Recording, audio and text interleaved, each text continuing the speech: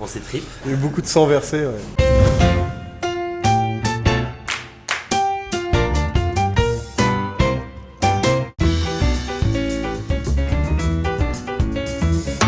On s'est inspiré surtout du jazz de Broadway des années 60. Ouais. Vraiment l'idée d'un jazz mirifique. Pas mal d'inspiration très Broadway. Moi, je sais que j'avais pas mal en tête aussi beaucoup la pièce Curtains, parce que c'est une pièce qu'on devait monter juste avant d'écrire Séraphin. Mais aussi des pièces comme She Loves Me ou On the Town. Enfin voilà, j'avais un peu des références comme ça. Je voulais aussi amener le côté chanson, Oui. qui se ressent bien, je pense, dans le disque. C'est un bon équilibre parce que moi, j'avais vraiment beaucoup d'inspiration très Broadway, que Ouais. des choses plus théâtrales. Michel Legrand. Ah bah oui, Inspiration, Michel, si tu nous entends. ouais. Au début, il aurait été question, bien sûr qu'il y a un orchestre, mais c'était une question de moyens. On a très vite fait le choix Ouais. de 3 musiciens et je crois qu'au début, il n'y avait pas de batterie. Piano seul au début. Ouais, C'est une idée qui a fait sa route assez longtemps, je crois. oui. Mais en fait, il devait y avoir de la danse. Et la batterie, ça a été un choix. Oui. On a pensé aussi être rappel à des instrumentations assez farfelues, du violon, de l'accordéon. Oui. On se posait vraiment la question qu'est-ce qu'un restaurant français et quelle en serait sa musique, quoi, dans les années 60.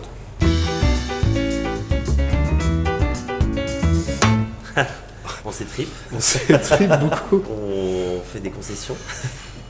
On a décidé, je crois, de faire beaucoup de sessions à deux, justement.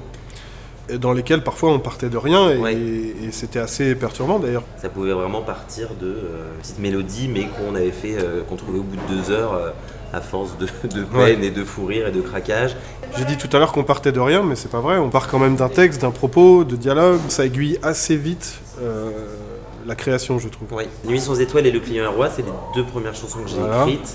Et je suis vraiment arrivé la première session avec ces chansons, avec déjà une idée de ce que je voulais, des harmonies, et après Greg arrangé par-dessus.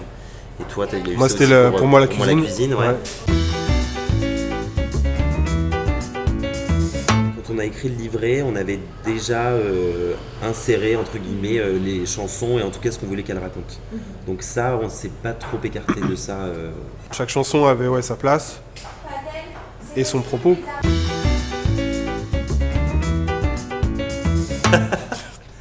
C'était la nuit, je sais pas si tu te souviens. On a toujours des périodes de doute quand on crée une espèce de monstre comme ça. Puis il y a eu une espèce de crispation, on s'est mis à s'engueuler sur pourquoi est-ce qu'on faisait tout ça. Enfin, Mais avant le premier accord, je crois. Enfin, Ouais. Puis après, on était un peu comme ça, tout penaud sur le canapé. Et puis, je sais pas, t'as commencé à jouer ce truc. Et la nuit est née de ça. Donc ça, c'était pas tant l'écriture de la chanson, parce que finalement, elle est arrivée assez vite. C'était plutôt d'où elle sortait qui était un peu difficile.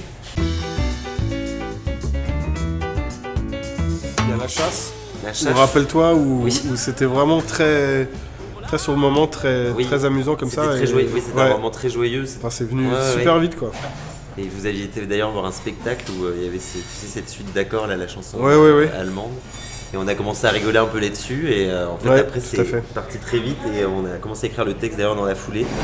Et je me souviens qu'on s'est beaucoup marré. Bah, plein.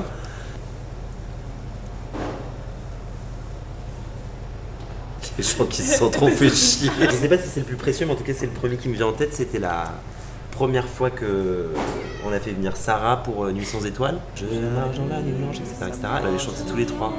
Ouais. Chloé nous filmait, Chloé s'était mise à pleurer. Ça, c'était un super beau moment parce que ça prenait vie. C'est la première fois qu'une chanson prenait vie, le refrain de Bienvenue chez Séraphin. On était hyper contents de trouver ce refrain parce que c'était un peu le challenge. Il faut que ce soit le gimmick. Que Le tout gimmick monde, du spectacle, ouais. Le nombre de gens qui se plaignent de l'avoir en tête après le spectacle. On était hyper contents d'avoir trouvé ça. Il y avait un Ouais. truc de ah putain, ça y est, on tient le. On tient le hook. Des moments de doute ou. Mais après, c'était aussi sur la manière de l'arranger parce qu'on n'avait pas on avait que 3 instruments. Donc il a fallu qu'on fasse le choix d'arranger beaucoup pour les voix, ce qui était un peu challengeant parce qu'on a essayé d'écrire des choses qui finalement sont pas tout à fait écrites pour des voix. Moi, je dirais avant tout la masse de travail, en fait. Oui, Au final, il y a 18 morceaux qui doivent tenir compte d'une mise en scène, qui doivent être dans des tonalités adéquates pour les chanteurs. C'est un travail de titan, quoi. Oui. Mais quand je voyais en fait la lenteur du Ouais. processus, c'est-à-dire qu'on se voit une fois pour 3 heures et on a fait un couplet, si vous voulez. ouais. On se voit une autre fois, on a fait le bout du pont d'un autre morceau. Donc, En plus, c'était difficile parce qu'on montait la pièce en même temps. Du coup, des fois, il y avait un peu ce truc un peu à contre-temps où on avançait vachement dans la mise en scène. Et les chansons n'étaient pas toutes écrites, donc je pense que ça nous mettait peut-être aussi une certaine forme de pression. Les difficultés de l'album, peu de temps, des moyens qui sont pas mirobolants non plus, l'ambition de faire quelque chose de très soigné, quoi. Ouais. Donc forcément, on compresse un peu quelques lignes. Par exemple, on a enregistré tous les chœurs de l'album en 5 journées. Dans un appartement, complètement inconscient. Ça a fatigué tout le monde. Ouais. Le résultat s'en ressent pas au final, je trouve. Non, c'est super. Même nous, les instruments, on les a enregistrés en 3 jours, 18 morceaux. C'est vraiment beaucoup.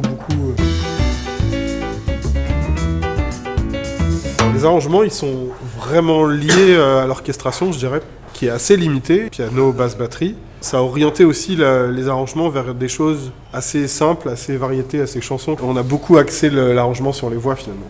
De choses très, comme ça, très grandiloquentes. Par exemple, je pense à Ledoux. Ledoux, voilà, qui est un personnage doux.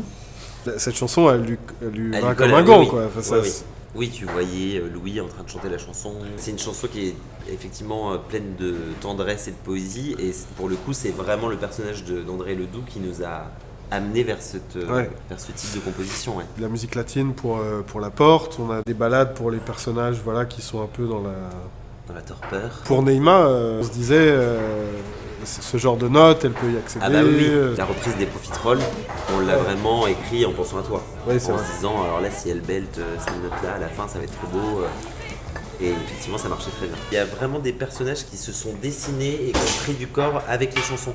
Je pense notamment à Henri Laporte. Brice a vraiment trouvé son personnage quand il a commencé à chanter la chanson et qu'on l'a mise en scène. Vraiment, d'un coup, on a vu le personnage net, quoi. On sent vraiment que ça l'a nourri dans son approche de ce mec un peu ringard. C'est la chasse, ça a vraiment aussi donné du corps au personnage, ça l'a encore plus ancré, ça l'a encore plus orienté. Est-ce que la musique serait importante dans une comédie musicale, en fait ?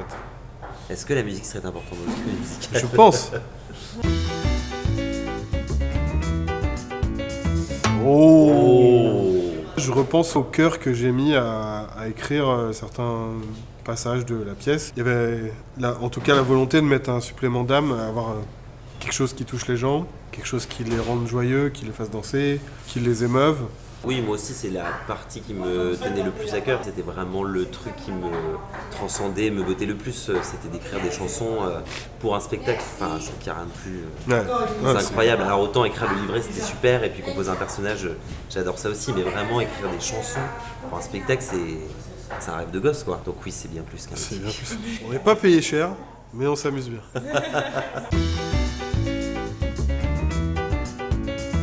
Bienvenue chez Séraphin.